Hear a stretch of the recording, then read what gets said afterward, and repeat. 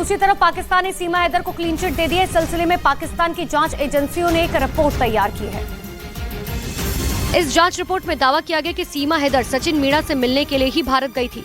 Report में बताया गया कि सीमा का पिता रिक्शा चलाता है और उसका भाई सरकारी नौकरी में है, जबकि उसकी 2 बहनें भी हैं। पाकिस्तान की तरफ से बाकायदा दस्तावेज जारी किए गए जिसमें सीमा के पूरे परिवार की जानकारी दी गई। रिपोर्ट में ये भी बताया गया कि सीमा अपने 4 बच्चों के साथ नेपाल के रास्ते मई में भारत पहुंची थी।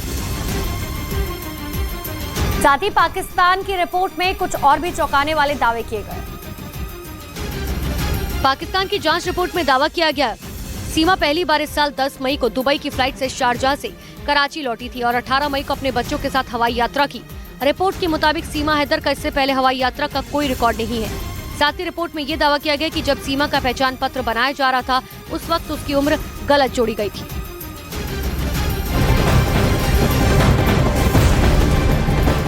और बड़ी खबर आपको राजधानी दिल्ली से बता दें, केंद्रीय गृह मंत्री अमित शाह की अध्यक्षता में आज ड्रग्स तस्करी और राष्ट्रीय सुरक्षा पर एक सम्मेलन होगा। इस दौरान देश के अलग अलग हिस्सों में 1,44,000 किलोग्राम ड्रग्स को नष्ट किया जाएगा। यूपी की राजधानी लखनऊ में दर्दनाक हादसा हो गया जिसमें 2 लोगों की मौत हो गई। मामला लखनऊ के पीजीआई थाना क्षेत्र का है, जहां बन रही एक इमारत की लिफ्ट टूटने से 2 लोगों की मौत हो गई। लिफ्ट में 3 लोग सवार थे। अचानक लिफ्ट टूट गई और तीनों लोग नीचे की तरफ तेजी से आ गिरे, जिसमें 2 लोगों की मौके पर ही मौत हो गई, जबकि एक आदमी घायल है जिसकी हालत नाजुक बताई जा रही है। मध्य प्रदेश के सागर में दर्दनाक सड़क हादसा हो गया जिसमें 6 लोगों की मौत हो गई।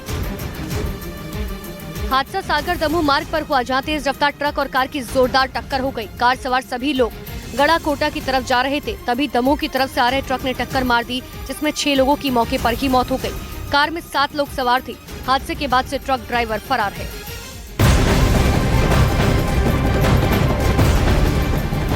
और इसी बीच बड़ी खबर आपको राजधानी दिल्ली से बता दें, दिल्ली में यमुना नदी अभी भी खतरे के निशान के ऊपर बह रही है, जिससे निचले इलाकों में बाढ़ जैसे हालात बने हुए हैं।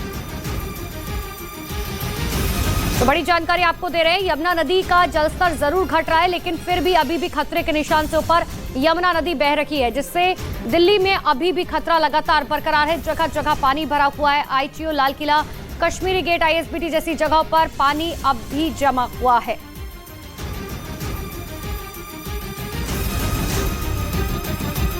रात 11 बजे यमुना का वाटर लेवल 205.5 मीटर दर्ज किया गया। तो वहीं दूसरी तरफ पुरानी यमुना ब्रिज पर सेवा बहाल कर दी गई। इस पुल से अब ट्रेनों की आवाजाही शुरू हो गई। हालांकि एहतियात के तौर पर बाढ़ प्रभावित 6 जिलों में स्कूल 18 जुलाई तक बंद रखने के आदेश दिए गए। वहीं बाढ़ राहत शिविर में ठहरे लोगों को जरूरी सुविधाएं मुहैया कराई जा रही हैं। इधर दिल्ली में बाढ़ प्रभावितों की मदद के लिए सरकार ने बड़ा ऐलान किया है। दिल्ली सरकार ने बाढ़ पीड़ितों को आर्थिक मदद देने का ऐलान किया। हर बाढ़ पीड़ित को 10,000 रुपए देने का ऐलान किया गया। इस बाढ़ में जिनके दस्तावेज खराब हो गए या बह गए, उनके लिए स्पेशल कैंप लगाया जाएगा। बच्चों को ड्रेस और किताबें भी स्कूल की तरफ से दिए जाने का ऐलान किया गया। दरअसल दिल्ली में यमुना किनारे रहने वाले लोगों को काफी नुकसान पहुंचा है।